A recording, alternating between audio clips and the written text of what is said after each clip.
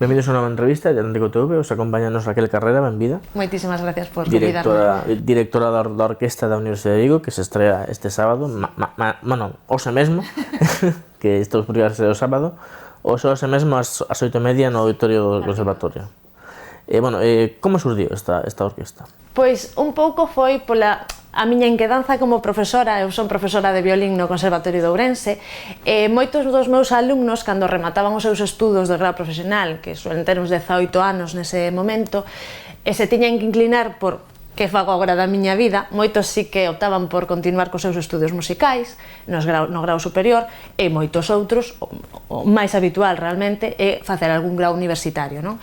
Entón, os meus alumnos que de Ourense, principalmente moitos quedaban no campus de Ourense, pero bueno, tamén viñan ao campus de Vigo, da Universidade de Vigo ou de Pontevedra, non tiñan esa posibilidade de, polo menos xa que estiven estudando 10 anos o meu instrumento, de seguir facendo música de algún xeito.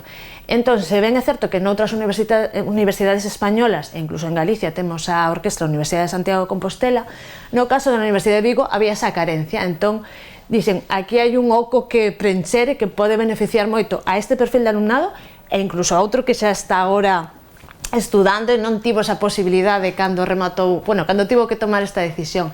Entón, nada, surdiu unha idea e propuxen a Vicerreitoría de Extensión Universitaria de Vigo, pois sería a finais do curso pasado, e dende o minuto 1 dixeronme, pois si, é unha moi boa idea, ímonos poñer a traballar, e puxémonos a traballar, e en outubro podemos comezar a aventura. E cantos alumnos están agora mesmo? Pois hai alumnos, hai exalumnos, hai profesores, a orquestra está aberta a toda a comunidade universitaria. Hai sobre todo alumnado e exalumnado, ese é o grosso, pero hai un pouquiño de todo. Agora mesmo andamos pola trintena, máis un 35 máis ou menos persoas que están activamente traballando. E cal é o perfil? Son máis novos, máis un pouco máis? Sí, xeralmente como son alumnos e exalumnos, pois ao mellor falamos dunha media de idade de 20 e poucos anos, pero sí que hai algúns como a min ou tal que elevan un pouquiño esa media, os menos, pero sí que hai diversidade de idades, sí.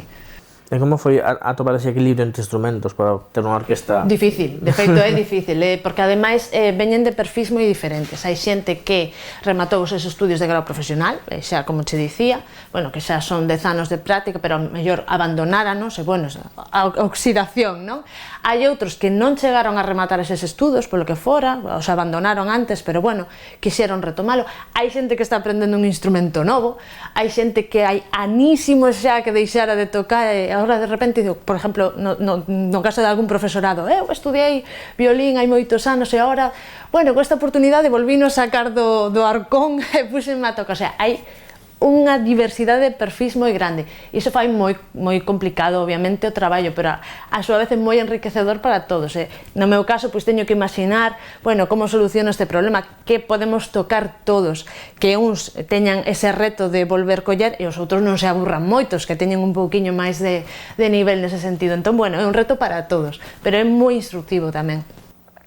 Cal será o repertorio que te dá este concerto? Pois, para este concerto tivemos que tirar dun repertorio, como te acabo de dicir, que puidese ser asumible polos instrumentos que temos, polos niveis que temos, que poida ser atractivo tamén para o público que vai poder disfrutar. Entón, si é certo que como non temos todavía unha masa moi grande de orquestra, e no caso do vento tamén temos cousiñas moi contadas, porque hai especialidades instrumentais difíciles de conseguir. Entón, realmente o núcleo central do repertorio clásico, do século XVIII principalmente, porque é o que máis se adapta. Pero si é certo que quixen poñer un pouquiño de todo. Entón, si que Haydn ocupa un espacio moi importante no concerto, porque vamos facer unha abertura del, e sobre todo un concerto para piano xa de repertorio que temos, e quero lle dar as gracias a Nicasio, que vai ser o noso solista, que tamén é alumno da universidade, pero, por exemplo, é unha persoa que xa se xubilou, foi profesor do Conservatorio de Vigo, está xubilado, e agora meteuse a traducción e interpretación, para que vesas un pouco o que che dicía dos diferentes perfis que hai, e as medias de idade tamén, non? Pero imos poder contar con el, estános colaborando co teclado, e dicimos, pois, por que non facemos un concerto para piano, que sexa asequible para a orquestra e tal? Entón, ese vai ser un pouco o núcleo forte, por decirlo de algún xeito.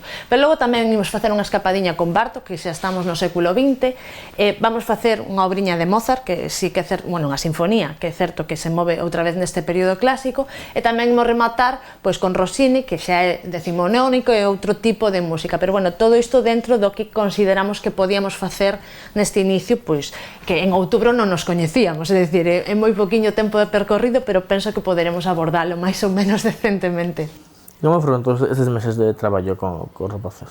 Pois estivo moi ben porque, como che digo, en outubro non nos coñecíamos e dende outubro ata aquí xa fixemos un grupiño social moi interesante, a verdade que está mal, así que o diga, que non me escoiten moito eles, pero son maravillosos, son persoas encantadoras, traballando, o sea, primeiro que se arriscaron a dicir que sí, vou, están traballando todas as semanas, a verdade que son xente moi disciplinada, xa te digo, creamos unhas relacións moi bonitas, xa casi de amizades, entón traballase moi ben. A dificultade, como che dixen, é eso, equilibrar os diferentes niveis no que se refire a habilidade instrumental, pero polo demais é moi cómodo traballar con eles. Creo que polo momento estamos moi a gusto. Non digo decir eles, pero o que vexo dende fora é un grupiño moi xeitoso, así. E se hai plans de medrar de cada... Hombre, a idea sería, a ver, comezar é difícil, manterse tamén é moi difícil. Entón, a idea, obviamente, isto non é algo para agora. A min gustaríame que a orquestra universitaria, como calquera orquestra universitaria, que me parece un activo moi importante para calquera universidade, porque a universidade ten que velar tamén pola cultura e por compartir coa sociedade o que xera a propia universidade, non? E a cultura musical, penso que é un activo importante. Entón, tanto esta orquestra como calquera orquestra universitaria penso que deberían tentar manterse, que a universidade debe tentar e a sociedade tamén mantelas. Entón, a idea sería eso, que teña un percorrido moi longo no tempo e, sobre todo, bueno, manterse, se pode medrar e seguir medrando, sobre todo en instrumentistas, para poder tamén abordar repertorio máis ambicioso, sería o ideal. Pero bueno, o repertorio, ao final, a música é música, é dicir, se non é máis grande, máis pequeno, pero o importante é facer música, facer cultura e compartila coa sociedade, tanto co público como os propios integrantes da orquestra, que podan seguir traballando e facendo música xuntos, que é super importante, hoxe en día máis. E para alumnos ou onde están pensando entrar, que é necesario para entrar?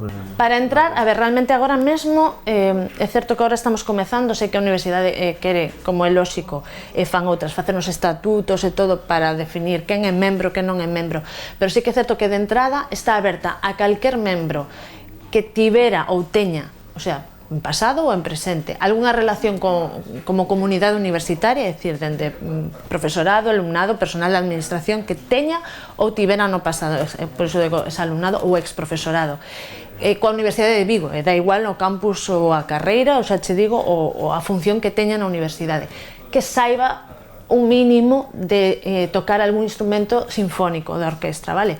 Isto é, todos os instrumentos de corda frotada, violín, viola, violonchelo, contrabaixo, e logo de vento, realmente todos, percusión, que xa temos algún, os sinfónicos, por exemplo, instrumentos como o saxofón así quedan un pouquiño fora, pero polo demais, clarinetes, flauta, oboe, fagot, trompas, trompetas, trombóns, todo iso podería estar incluído. Entón, todo aquel que saiba manexarse un pouco con calquera destes instrumentos, simplemente ten que avisar á universidade, a Vicerreitoría de Extensión Universitaria, hai información na web da universidade, poñerse en contacto para dentro, sempre que teña disponibilidade de poder vir a ensaiar e todo iso, non habería ningún problema.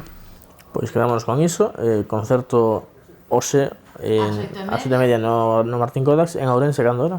En Ourense estaremos o venres que ven, o venres día 12, ese vai ser ás 9, a entrada tamén é de balde, igual que hoxe, pero sí que hai que recoller invitacións na taquilla e por organizar, é unha cosa que nos pide o teatro principal, que é onde vai ser o concerto, dende unha hora antes do concerto, pero é de balde tamén, están todos invitados, por suposto. Pois eso, moita sorte con ese proxecto. Moitísimas gracias. Teremos unha seguinte entrevista de Nico TV.